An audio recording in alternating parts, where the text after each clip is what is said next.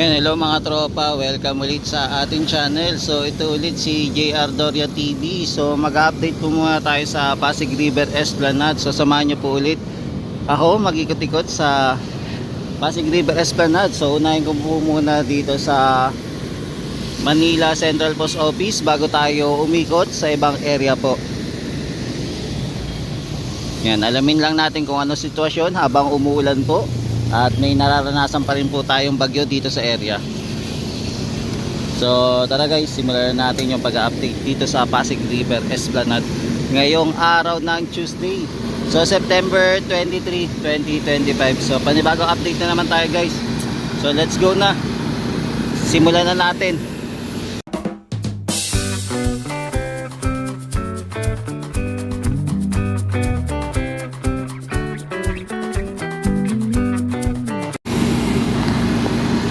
Yan, so magandang hapon sa inyo guys. So mag-aalas 6 na po ng gabi. So ilang minuto na lang po bago po mag-alas 6. So ngayong oras ay 5:32 ng gabi. Yan, so unahin ko muna dito sa area po ng Manila Central Post Office. So ayan, kung mapapansin nyo po, pinapagana po yung ating mobile equipment. Yan, wala po kasi yung yung hook. Kaya ano lang, yung backhoe. Yan, hindi kaya mobile equipment na lang muna. Tapos itong ating yan, meron pa rin naman po dito yung steel beam nandito. Tapos nandito pa rin po yung ating mga lamppost na ilalatag na po. Yan, so abangan natin kung kailan po ilalatag yung lamppost.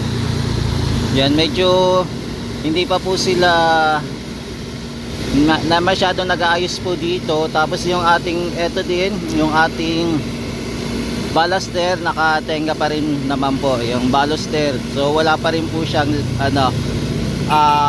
nilalagay na railings. So abangan natin kung kailan po ilalagay yung railings. Yan, so ito po yung nakikita natin dito sa area po ng malapit po sa Manila Central Post Office. Yan, so naglalatag pa sila ng tolda. Mukhang magtatrabaho pa rin po pala sila, no, kahit na po umuulan. Yan, so ito po yung itsura ng Pasig River Esplanade dito sa Manila Central Post Office. So yung kabila naman po, binuksan na rin po yung ilaw, yung unang esplanade na ginawa. Yan, so ito po yung itsura ngayon. Yan, so tuloy-tuloy pa rin naman po yung pagtrabaho nila at binuksan na rin po yung ating generator. Yan, binuksan na po nila yung generator. So yung tulay dito hindi pa naman po naayos. So medyo mataas po yung tubig ngayon, ngayong hapon ito. Yan, so silip naman po tayo sa kabila. Ito naman tayo ikot mga tropa. Yan, so ito po yung paligid ng matatanaw natin pagka nandito po tayo sa MacArthur Beach at sa kung sakaling mabubuo na po yung Pasig River Esplanade. Yan, punta naman po tayo sa kabilang area. Dito naman po sa may tulay naman po ng LRT naman, LRT1 station. Yan, dito naman po tayo sa silip.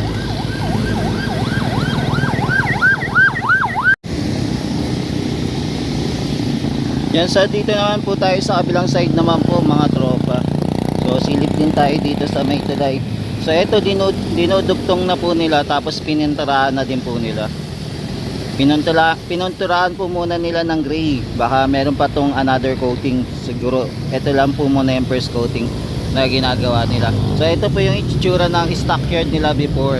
So meron pa rin po silang may mga extra po na pilote at saka po yung mga baluster na nandito pa rin po. Tapos nandito pa rin naman po yung ating mga steel beam na ginagamit po pag magbabaon naman po sila ng mga pilote. Kumbaga parang frameworks po nila, nandito pa rin po sa stockyard po nila. Tapos itong ating mga steel beam na maliliit po, meron pong nakapinturan na yellow, tapos meron naman po nakapinturan na kulay maroon, diba? Ito po yung itsura nya. Yan, so ito po yung itsura ng ating ginagawang tulay dito sa area. Tapos mapapansin nyo din po pala mga tropa kids, so yung ating palang mga pilote nilalagyan na din po pala ng pile cap box. Ayan, naglalagay na din po sila. Kasi ito po yung ating itsura ng tulay na inaayos na rin po. Yan, so mga tropa, nandito tayo sa taas po ng tulay. Dito muna tayo nag-ikot-ikot para mag-update po kung anong kalagayan. So yan, kung mapapansin nyo po masama pa rin po yung panahon, madilim. Akala ko kanina tuloy-tuloy na po yung sikat ng araw, pero eto dumilim na naman po.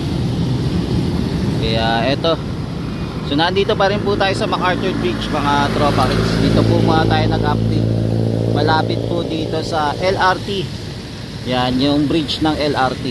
So dito muna tayo sumilip. Yan, so ito po yung paligid ng Binondo. At saka dito naman po sa area sa Quiapo. Yan, so kulay brown po ngayon yung tubig. Kaya wala po tayong mapapansin na inanod po ng mga basura. Siguro kagabi po baka marami po siguro dahil po biglang lumakas yung ulan. Yan, so ito muna yung update natin dito sa taas po ng tulay. Baba naman po tayo, doon naman po tayo silip sa taas. Sa kabila naman sa Quezon Bridge naman po tayo mag-update. Yan, may makikita din pala tayo dito mga vandalism, no. Buti na lang ito hindi binandalism, no. Kaya itong MacArthur Bridge, pero yung ating yung ating ilaw, ayan, na vandalism po. Pero ito meron, ayan, na vandalism. Yan, so ito po yung yung kagagawan po ng rally. Ayan, so nagvandal po sila dito. May baon po sila. Yan, maging ito din pong sasakyan, no, na vandalism din po, no. Etong equipment na to, kumbaga walang patawad, no. Buti na lang hindi sinira yung salamin, diba? Grabe, nananahimik pero na vandalism. Yan, maging dito rin po, ayan, no, nalagyan po ng na paintingan, diba? Walang patawad. Iba talaga yung mga ralista. Akala ko ba pro government sila? Bakit yung mga bagay-bagay na wala namang kinalaman sa corruption, eto pinagdudumihan nila. Yan, so silip naman po tayo sa taas dito para makita naman po natin yung view. So nandito naman po tayo sa Quezon Bridge naman. So dito naman po tayo sisilip ng ganap dito sa Pasig River Esplanade pa rin. So sa Quezon Bridge naman tayo mga tropa kids. So yan, papagmasdan pa rin natin yung Pasig River Esplanade na ginagawa. So yung etong ating landscaping, wala pa po pagbabago. So same as is pa rin. So abangan natin kung kailan naman po aayusin at kung sino naman po in charge dito sa landscaping. So for the meantime, ito po muna ina-update natin yung ating Pasig River Esplanade po muna. Yan, so ito po yung itsura ng ating Pasig River Esplanade pa rin mga tropa kids. Yan, so nandito po muna tayo sa taas, de mamaya bababa naman tayo para makita natin po kung ano yung itsura dito sa taas po muna, yung paligid dito sa taas.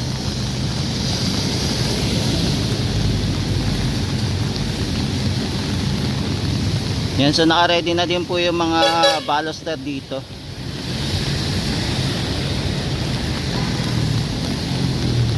Yan, so ngayon po hindi po ulit nabuksan po yung ilan dahil po na rin wala pong gumagawa dito.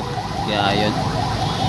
So silip naman po tayo sa kabila para makita din po natin kung ano naman yung update doon naman sa kabila. Dito malapit naman po sa Arroceros Park naman.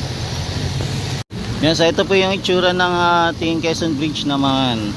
So nandito po muna tayo sa taas, so update din tayo. So mapapansin po natin yung kabilang linya po, medyo matraffic po, pero yung dito naman po tuloy-tuloy naman po yung daloy ng trapiko. Papunta naman po itong top. Tapos yung kabila naman po papunta po ng Espanya at saka papunta din po sa NLEX, yan, NLEX area.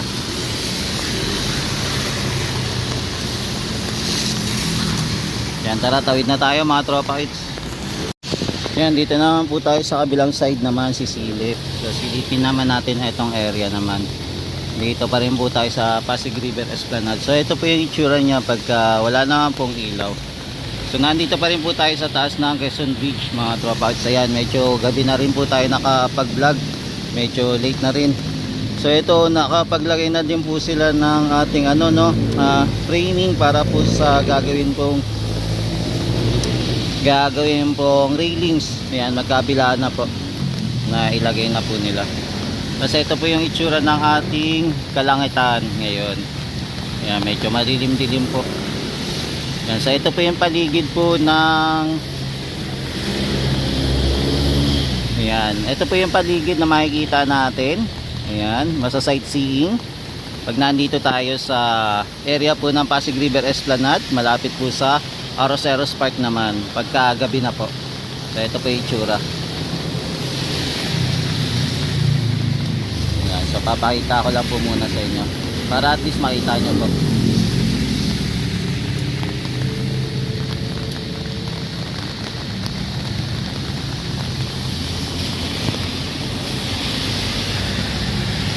Ayan, kahit paano maganda naman po yung daloy ng tubig po. Okay naman.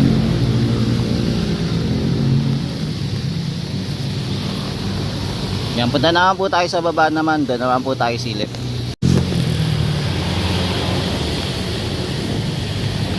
Yan, so ito po yung makikita natin sa paligid ng Pasig River Esplanade. So nandito po muna tayo sa Quezon Bridge. Yan, medyo matilim-dilim na po.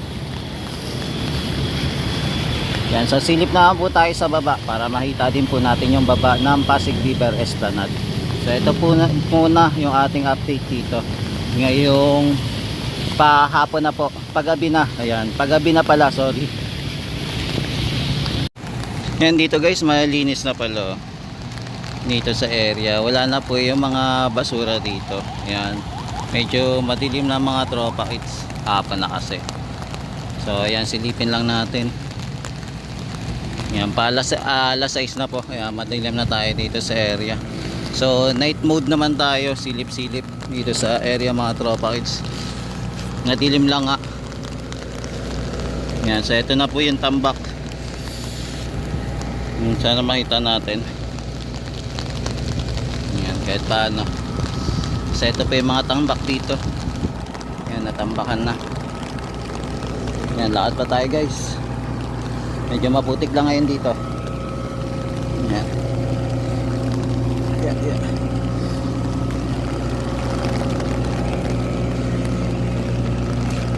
Yeah.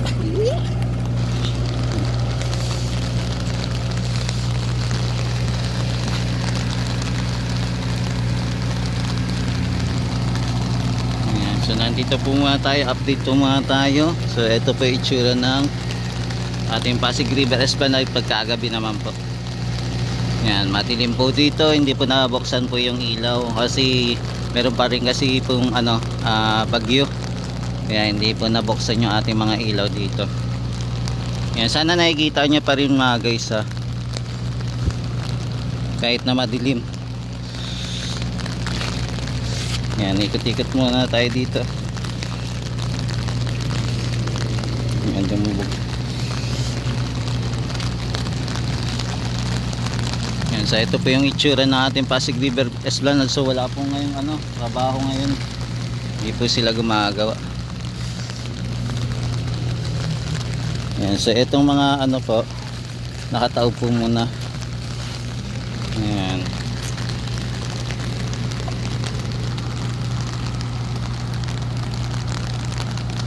Yan, so ito po yung itsura ng ating Esplanade ngayong gabi. Na nag-ikot-ikot po muna tayo mga tropa kids.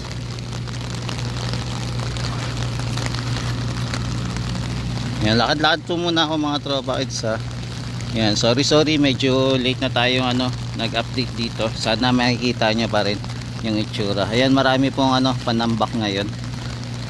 Konti na lang yung panambak is makakompleto na. Mga tropa hits dito. Ayan, dito po sa area tinambakan po nila. Itataas po nila yung level dito sa area.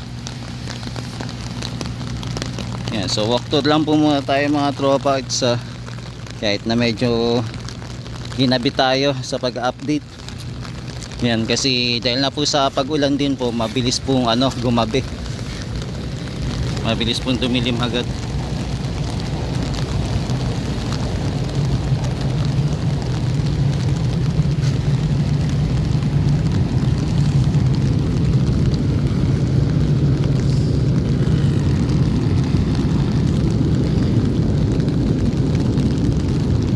So ito po yung night mode natin pag mag-ikot-ikot tayo dito sa Pasig River Esplanade ng gabi. Ngayon walang ilaw po. Yan, kahit paano makita lang din natin yung area dito. Sana po hindi maalog po yung aking yung aking pag-walk tour dito. Sana nakikita nyo pa rin at malinaw pa rin mga tropa kahit na po medyo matilim.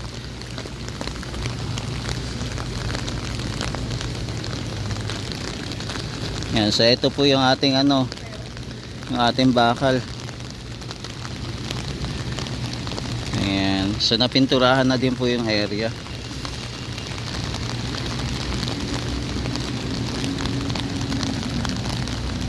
Yan, so ito po yung itsura. Halos makakompleto na po yung ating tulay dito, no? Konti na lang po, magdudugtong na po hanggang dito po. Yan, magdudugtong na yan. Konting kembot na lang. So napinturahan na din po ito, no, ng maroon itong mga bakal. Yan, hindi lang po natin matanaw ng malinaw kasi for the meantime, bakasyon po muna yung ating mga kababayan. Wala pong OT. Yan, wala pong nag-extend ngayon. Yan, punta naman po tayo sa kabila para masilip din po natin yung kabilang area naman. At least may idea na po tayo dito. Sa ilalim naman po ng tulay. Dito po sa may LRT1.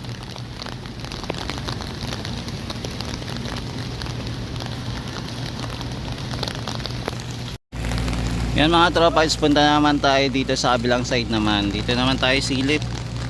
Yan, sana malinaw pa rin yung ating live update dito. Off record dito sa Pasig River Esplanade kahit na madilim na po.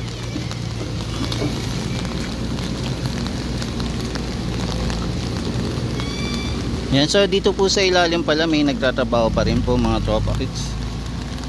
Yan. Yan, medyo mahina lang po yung ating yung flashlight.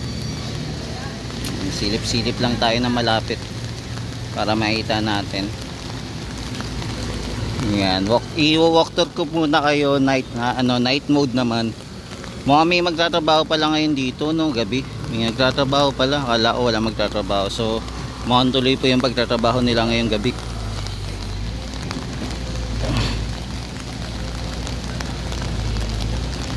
Yan, sana mga tropa hindi po maalog yung aking paglalakad-lakad dito. Sana malinaw pa rin at nakikita nyo pa rin po. Yan, mukhang nagsisimula na sila magtrabaho mga tropa kids. Wala lang ilaw dito, kulang lang talaga ilaw. So hoping madagdagan po yung ilaw dito. Diba? Hindi kulangin. Mukhang kulang dito sa taas. Yan, so tuloy-tuloy pa rin naman po yung pagtatrabaho nila dito. Yan, gumagawa po sila mga tropa. Yan, so may mga stock na din po sila pala ng semento dito. Naglagay na din po sila. Yan, kahit na po umuulan, tuloy po yung pagtatrabaho nila mga guys. Diba? Mukhang kailangan na siguro talaga matapos itong deadline dito sa area sa ilalim ng tulay.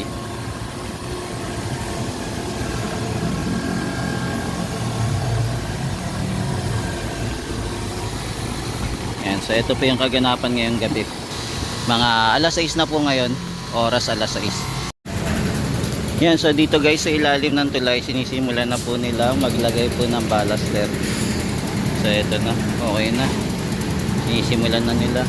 Tapos yung hagdanan po dito, ayan, hindi pa naman po nasisimulan. So ito po yung itsura ng ating hagdanan. Yan, tapos maging yung power supply po inaayos na din po pala. Yan, so ito po yung ganap ngayong gabi. Yan, ikat-ikat po muna tayo dito sa Pasig River Esplanade, sa ilalim naman po ng tulay. So silip din tayo dito bago tayo magtapos mga tropa. Update ulit tayo, rain or shine. Nag-update tayo dito sa Pasig River Esplanade.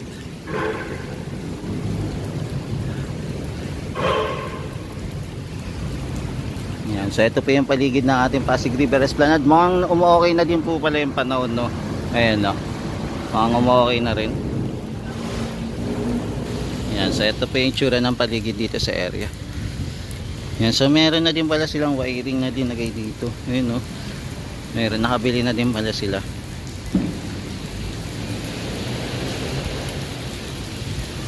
Yan, so mga tropa, ito po muna yung update natin dito sa Pasig River Esplanade. Mga tropa, yan, maraming salamat sa pagsama nyo po ulit kay JR Doria TV.